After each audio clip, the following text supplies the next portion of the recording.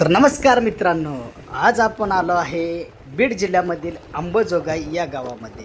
आपण एक असं ठिकाण तुम्हाला आपल्या व्हिडिओच्या माध्यमातून दाखवणार आहे. व्हिडिओ शेवटपर्यंत बघा आणि व्हिडिओ आवडल्यास लाईक, कमेंट व आपला चॅनेल सबस्क्राईब करायला विसरू नका. चला तर मग पाहूया आपण कोणत्या ठिकाणी आलो आहे. तर मित्रांनो, हे ठिकाण खूप ऐतिहासिक आहे आणि या ठिकाणाला आध्यात्मिक ठिकाणसुद्धा म्हणून ओळखलं जातं. चला तर मग आपण पाहूया एका छोट्याशा व्हिडिओमध्ये. तर मित्रांनो, थोड्याच अंतरावर हे ठिकाण राहिलेलं आहे आणि आपण आपल्या गाडीमधनं शूट करत आहे. चला तर आपण चाललो आहोत अंबाजोगाईमधील एक ऐतिहासिक ठिकाण पाहण्यासाठी. पाहू शकता, अगदी छोटासा रोड आहे आणि सुंदर असं वातावरण आहे इथे. पाहू शकता मित्रांनो, अगदी थोड्याच अंतरावर ते ठिकाण राहिलेलं आहे.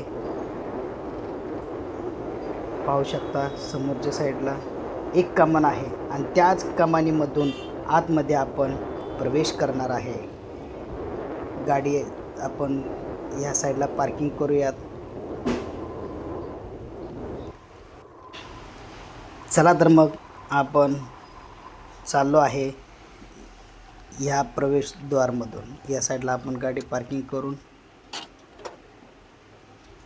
समोर पाहू शकता 2 प्रवेशद्वार आहेत आणि या साईडला एक आपल्या विठ्ठल रुक्मिणी मातेचं मंदिर आहे. ते सुद्धा आपण तुम्हाला पुढच्या व्हिडिओमध्ये दाखवणार आहे.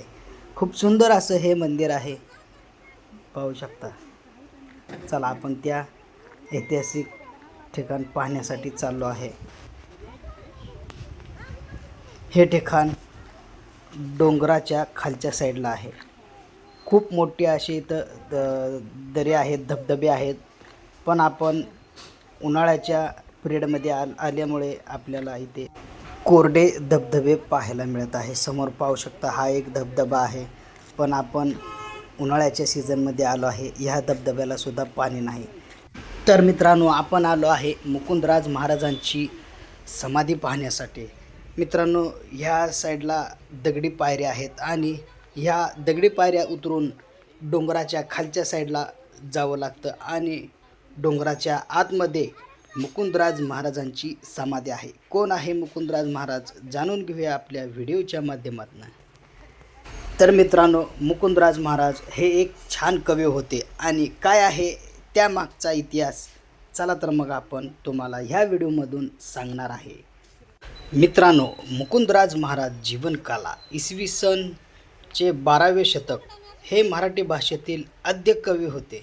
ज्ञानेश्वरांच्या जन्माच्या आधी मुकुंदराज महाराजांनी समाधी घेऊन 75 वर्ष झाली होती.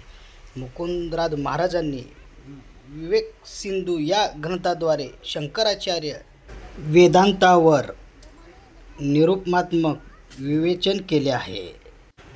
1110 सालच्या सुमारास लिहिलेले गेलेले मराठीतील विवेक सिंधू हा आद्य ग्रंथ त्यांनी बीड जिल्ह्यामध्ये अंबाजोगाई या आपल्या जन्मगावी लिहिला होता. या ग्रंथात एकूण 18 ओविबुद्ध प्रकरणे आहेत. चला तर आपण आता पायऱ्या उतरत आहे आणि मुकुंदराज महाराजांची समाधीचं दर्शन घेत आहोत. खूप मोठमोठे डोंगर आहेत आणि डोंगराच्या आतमध्ये खालच्या साईडला मुकुंदराज महाराजांची समाधी आहे. ते आपण आपल्या छोट्याशा व्हिडिओच्या माध्यमातून दाखवणार आहे. पाहू शकता, संपूर्ण घनदाट जंगल परिसर आहे. अंबाजोगाईमधील हे आध्यात्मिक ठिकाण मानलं जातं व या ठिकाणाला एक ऐतिहासिक महत्त्व देखील आहे. चला तर मग आपण पायऱ्या उतरून चाललो आहे.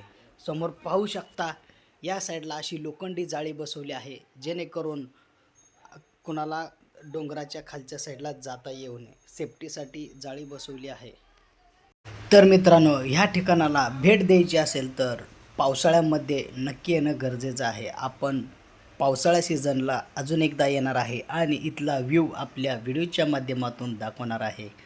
या साईडला संपूर्ण असं चारी बाजूनं कंपाऊंड केलेलं आहे लोखंडी जाळीनं. पाहू शकता, हे डोंगराचा खालचा भाग आहे आणि इथेच मुकुंदराज महाराजांची समाधी आहे. पाहू शकता सुंदर असं ठिकाण आहे. इथे सुद्धा खूप शांत वाटत आहे आणि इथे वर असं डोंगराच्या मध्यभागी मुकुंदराज महाराजांची समाधी आहे. हे बांधकामसुद्धा खूप पुरातन आहे. पाहू शकता मित्रांनो, सुंदर असं हे ठिकाण आणि डोंगराच्या आतमध्ये असलेलं मुकुंदराज महाराजांचं समाधीस्थळ. आपण मुकुंदराज महाराजांचं दर्शन घेत आहोत आणि होता होईल तेवढा आतमधला व्हिडिओ काढण्याचा प्रयत्न करत आहोत.